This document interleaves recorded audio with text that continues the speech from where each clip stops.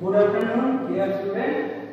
आज के তোমাদের যে টপিক নিয়ে আলোচনা করব সেটা হচ্ছে educational psychology theory of classical conditioning.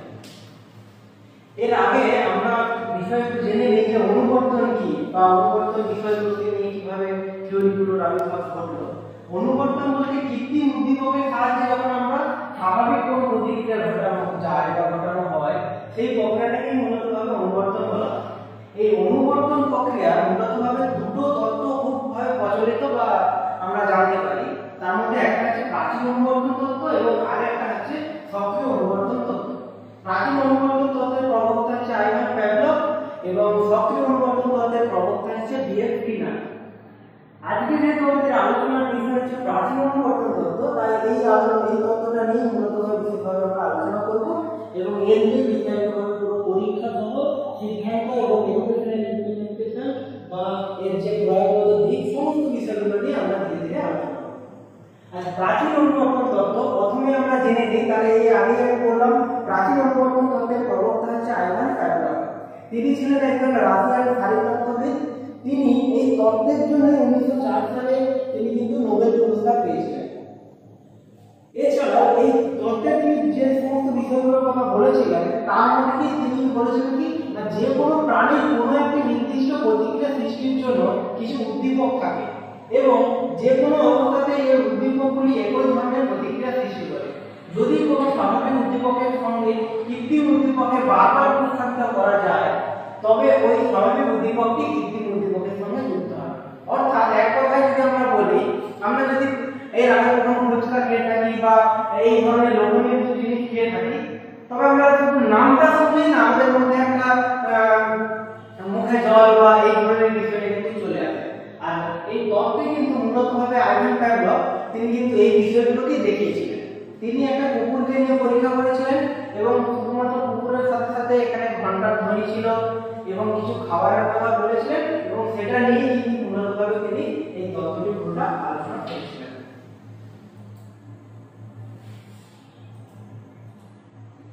এরপরে দেখো তাহলে আমরা প্যাভলভের পরীক্ষাটা নিয়ে একটু দেখবো বা পরীক্ষাতে কি আছে তার সম্বন্ধে একটু আমি বিষয়টা বলে দিই। প্যাভলভের এই প্রাচীন অনুবর্তন তত্ত্বে তিনি যে বিষয়গুলোর কথা বলেছিলেন, যেমন তোমাদের আগেই বললাম যে একটা কুকুরকে তিনি নিয়েছিলেন, ক্ষুধার্ত কুকুরকে। তিনি এই ক্ষুধার্ত কুকুরকে কি করেছিলেন, যে কোনো সময় খাওয়ার দেওয়ার আগে ঘন্টার ধ্বনি দিতেন এবং ঘন্টার ধ্বনি দেওয়ার পরে কিন্তু খাদ্যবস্তু উপস্থাপন করতেন। এইভাবে বারবার যখন এই বিষয়টাকে করা হচ্ছে, এক সময় দেখা গেল কি শুধুমাত্র ঘন্টার ধ্বনি করলে সেই ক্ষুধার্ত কুকুরের মধ্যে কিন্তু লালাপ করার মধ্যে শুরু করছে, সেখানে কিন্তু খাবারের কোনো উপস্থাপনের প্রয়োজনই হচ্ছে না। এইভাবে যখন তারপরে যদি আবার খাদ্যটা নিয়ে আসা যায় তখন সে আবার খাদ্যটা গ্রহণ করে। দেখো এইখানে বিষয়টা যেটা আসছে, দেখো একজন ক্ষুধার্ত কুকুর যখন সে খাওয়ার জন্য তার কাছে খাবার নিয়ে আসা যাবে, তার মধ্যে লালাপ করানো হবে, এটা কিন্তু স্বাভাবিক একটা বিষয়। কিন্তু অস্বাভাবিক বা অনুবর্তন তখনই ঘটবে যখন শুধুমাত্র ঘন্টার ধ্বনির সাথে আমাদের ঘন্টার ধ্বনি দিলে কি হবে, কোনো কুকুর বা কোনো প্রাণী সজাগ বা সক্রিয় হয়ে উঠবে, এটা কিন্তু স্বাভাবিক।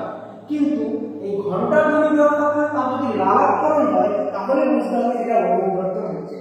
এখানে কৃত্রিম উদ্দীপকের বিষয়টা কিন্তু এইখানে চলে আসছে। যেমন আমি এখানে একটা মূল কাঠামো বা নিম্নরূপের মাধ্যমে যেটা আমি আলোচনা করতে চাই সেটা হচ্ছে কি, দেখো প্রথম উদ্দীপক হচ্ছে ঘন্টার ধ্বনি।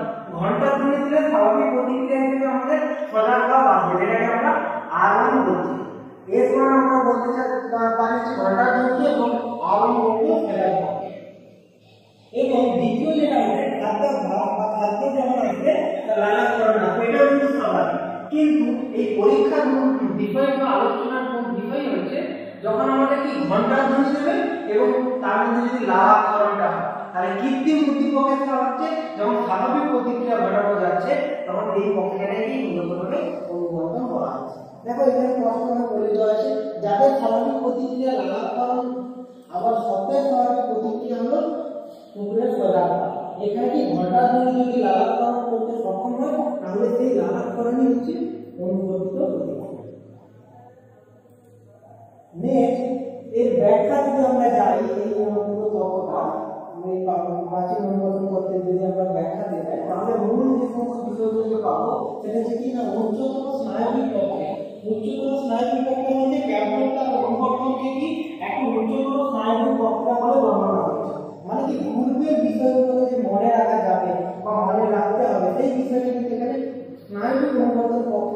কিন্তু এই প্রক্রিয়াটা ঘটে যাচ্ছে, এই বিষয়টা কিন্তু চলে আসছে। দুয়ে যেটা আসছে, দুয়ের পয়েন্টে আমরা দেখবো সেটা হচ্ছে সংযুক্তি। সংযুক্তি বলতে আমাদের খাদ্য বস্তুটা কিন্তু তাকে খাওয়াতে হবে, মানে তার মধ্যে যে কেমিক্যালটা বা তার মধ্যে তাকে মধ্যে যে খাওয়ানোর যে প্রবণতাটা কিন্তু নিয়ে আসতে হবে, নাহলে কিন্তু তার মধ্যে কিন্তু এই বিষয়টা আসবে না। তাই সংযুক্তি ঘটাতে হবে, অর্থাৎ উদ্দীপকটাকে যে খাদ্যের বা তীব্র শক্তিশালী হওয়ার জন্য পরবর্তী উদ্দীপকে অনুবর্তনের কারণ হয়ে দাঁড়ায়। যেমন মনোবিদ্যের মানে কি অনুবর্তনই হচ্ছে মূলত সংযুক্তি। আমরা 3 নম্বর পয়েন্টে যেটা দেখব যে একই রকম প্রতিক্রিয়া, অর্থাৎ উদ্দীপকের দ্বারা আমরা যখন কোনো কিছু বিষয়টা ঘটতে থাকবে একটা বিষয়, যেমন এখানে যদি বলে দেওয়া আছে দেখো আমাদের উদ্দীপকের দ্বারা কি অন্তর্বাহী স্নায়ু মস্তিষ্কের যে অনুভূতি সৃষ্টি করবে তাই হচ্ছে অনুবর্তিত উদ্দীপকের পরিবর্তিত এবং যা বহির স্নায়ু দ্বারা প্রতিক্রিয়া ঘটতে থাকে। এবং 4 নম্বর পয়েন্টে আমরা যেটা দেখব সেটা হচ্ছে সহজাত আচরণ, অর্থাৎ প্রতিটি প্রাণীর একটা নিজস্ব আচরণ থাকবে বা নিজস্বতা থাকবে, সেই নিজস্বতা অনুযায়ী কিন্তু আচরণ করার চেষ্টা করবে, সেটা কোনো মানুষের ক্ষেত্রে হতে পারে বা কোনো জীবজন্তু বা প্রাণীর ক্ষেত্রে হতে পারে।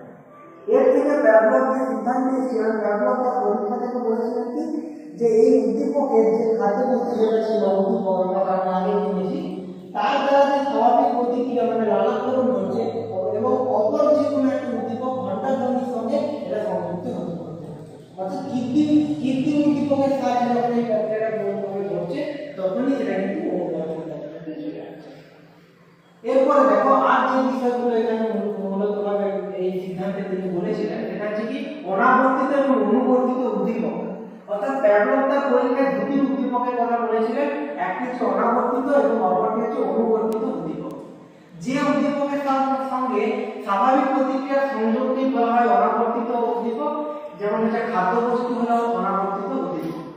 আর এই অনাবর্তিত উদ্দীপক প্রতিক্রিয়াটা বলতে মূলতভাবে এখানে বলা হয়েছে প্যাভলভ তার পরীক্ষায় দুটি প্রতিক্রিয়ার কথা বলেছিলেন, একটি হচ্ছে অনাবর্তিত প্রতিক্রিয়া এবং অপরটি হচ্ছে অনুবর্তিত প্রতিক্রিয়া।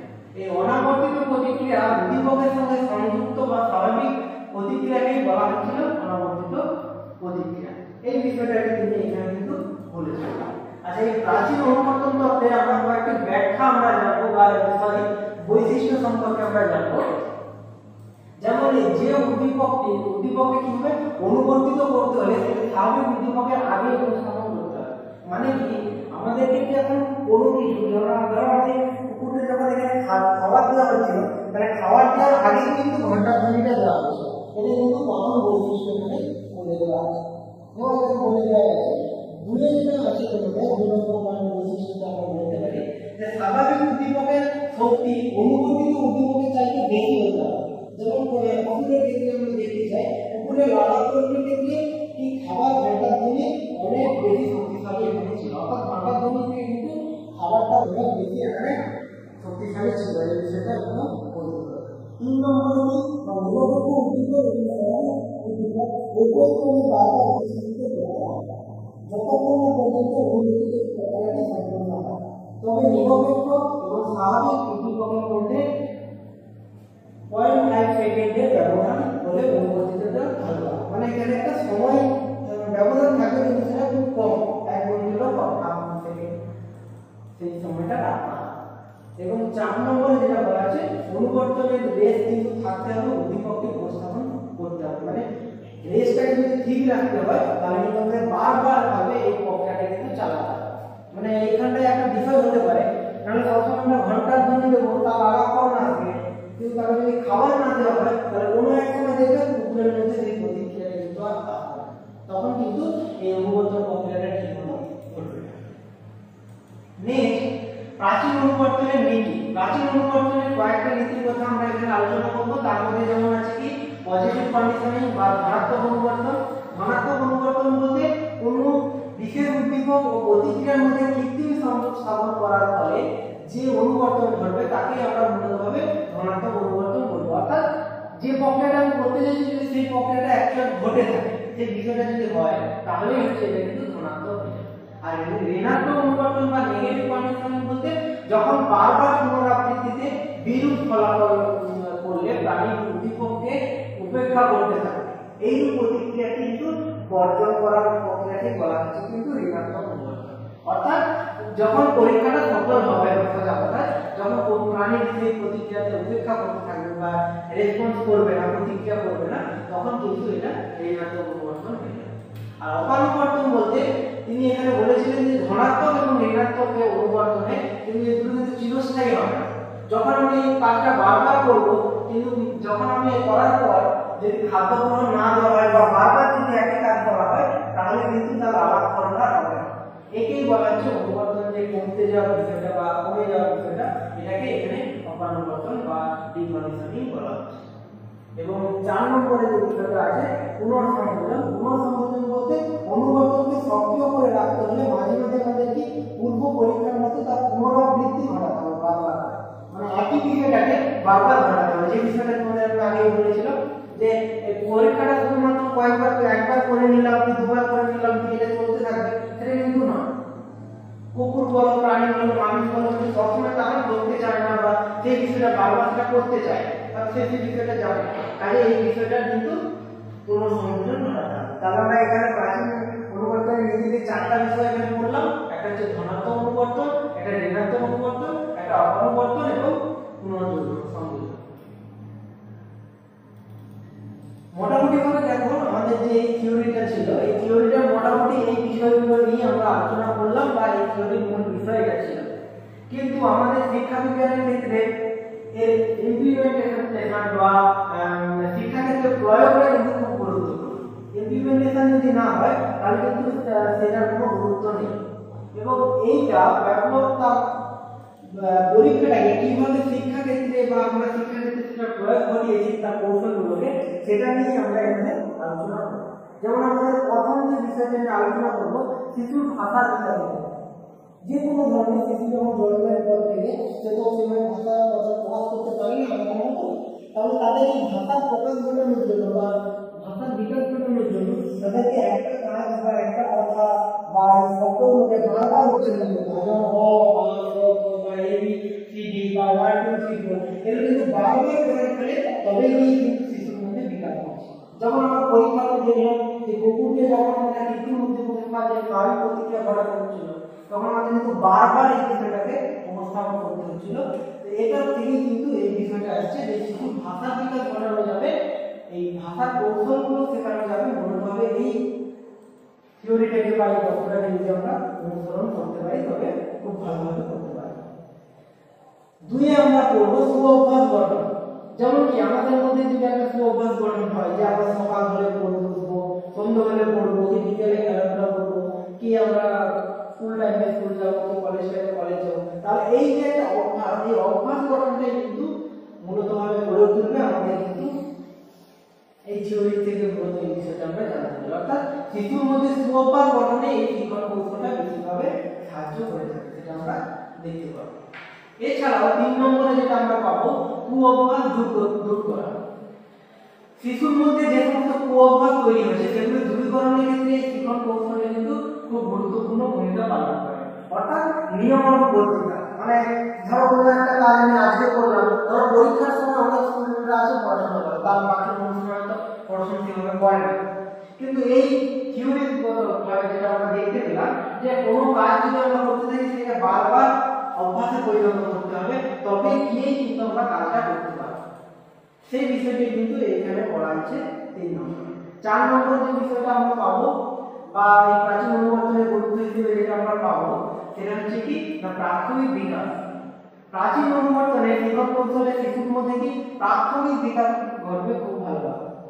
প্রাথমিক বিকাশ বলতে আমরা আগে জানি প্রথম বলতে আমাদের রাগ, ভয়, ঘৃণা, ভালোবাসা এইগুলোর প্রকাশ বা বিকাশ ঘটানো কিন্তু সময় বিশেষে বা কোনো একটা জায়গায় আমরা দেখা যায়। মানে সব জায়গায় আমরা চাইলে সব জায়গায় আমাদের আবেগ বলো বা ইমোশন বলো বা পক্ষ বলো সেটা আমরা কিন্তু প্রকাশ করতে পারি না। এই থিওরি অনুযায়ী কিন্তু আমরা এই বিষয়টা বা সুষ্ঠুভাবে যে বিকাশটা সেটা কিন্তু আমরা ঘটাতে পারবো। এরপরে দেখো 5 নম্বরে যে বিষয়টা আছে ইতিবাচক দৃষ্টিভঙ্গি। ইতিবাচক দৃষ্টিভঙ্গি বলতে গঠনমূলক কোনো দৃষ্টিভঙ্গি গড়ে তোলার ক্ষেত্রে, মানে পজিটিভ কোনো বিষয়, অনেকের মধ্যে হীনমন্যতা বোধ, এই পড়াটা আমি পারবো, এই পড়াটা কি আমার দ্বারা হবে, এটা কি আমার দ্বারা সম্ভব, এই বিষয়গুলো কিন্তু এই তত্ত্ব থেকে কিন্তু আমরা জানতে পারি যে আমাদের মধ্যে পজিটিভ দৃষ্টিভঙ্গি যদি রাখতে পারি বা পজিটিভ এনার্জি রাখতে পারি, তবে কিন্তু যে কোনো কাজ বা যে কোনো বিষয় কিন্তু আমরা সহজে করতে পারি। এছাড়াও মানসিক চিকিৎসা ক্ষেত্রে অর্থাৎ যে কোনো ধরনের মেন্টাল কোনো ধরনের চিকিৎসা করানো হয়, সেক্ষেত্রেও কিন্তু এই শিক্ষণের বা এই তত্ত্বের কিন্তু প্রয়োগ দেখা যায়। মানে শিক্ষার্থীদের যারা যারা ধরো মেন্টাল বা যাদের মানসিক চিকিৎসার প্রয়োজন আছে, তাদেরকে কিন্তু এই তত্ত্বের বিভিন্ন বিষয়গুলি কিন্তু প্রয়োগ করানো হয়। এছাড়া কি আগ্রহ সৃষ্টি করা যায়, অর্থাৎ এই শিক্ষণ কৌশলের সাহায্যে কি শিক্ষার্থীদের নিকট কি শিক্ষণীয় বিষয়গুলোকে বারবার আমরা উপস্থাপিত করলে তার মধ্যে একটা আগ্রহ বাড়বে এবং সেই পড়ার প্রতি একটা চাহিদা বাড়বে। অর্থাৎ আগ্রহ সৃষ্টি করাও কিন্তু একটা খুব গুরুত্বপূর্ণ, এবং শিক্ষণের ক্ষেত্রে কিন্তু এই আগ্রহ সৃষ্টি না থাকলে আমাদের পড়াশোনার দিকে বলো বা যে কোনো কাজে যে কাজগুলো তার কিন্তু আগ্রহ না থাকলে বা সেই কোনো ইন্টারেস্ট না থাকলে কিন্তু সেই কাজটা করতে পারে। আর এই তত্ত্ব থেকে বা এই থেকে কিন্তু আমরা এই আগ্রহ সৃষ্টি বিষয়টা কিন্তু জানতে পারি। তাহলে মোটামুটি ভাবে আমরা প্যারাগ্রাফের যে এই তত্ত্ব থেকে যে বিষয়গুলো জানলাম, এগুলো কিন্তু পজিটিভ শিক্ষা ক্ষেত্রে কিন্তু এর গুরুত্ব অনেক এবং গুরুত্ব আছে, এবং বর্তমানে আধুনিক বিজ্ঞানে কিন্তু এর প্রয়োগ অনেক বাড়ানো হয়েছে। নমস্কার।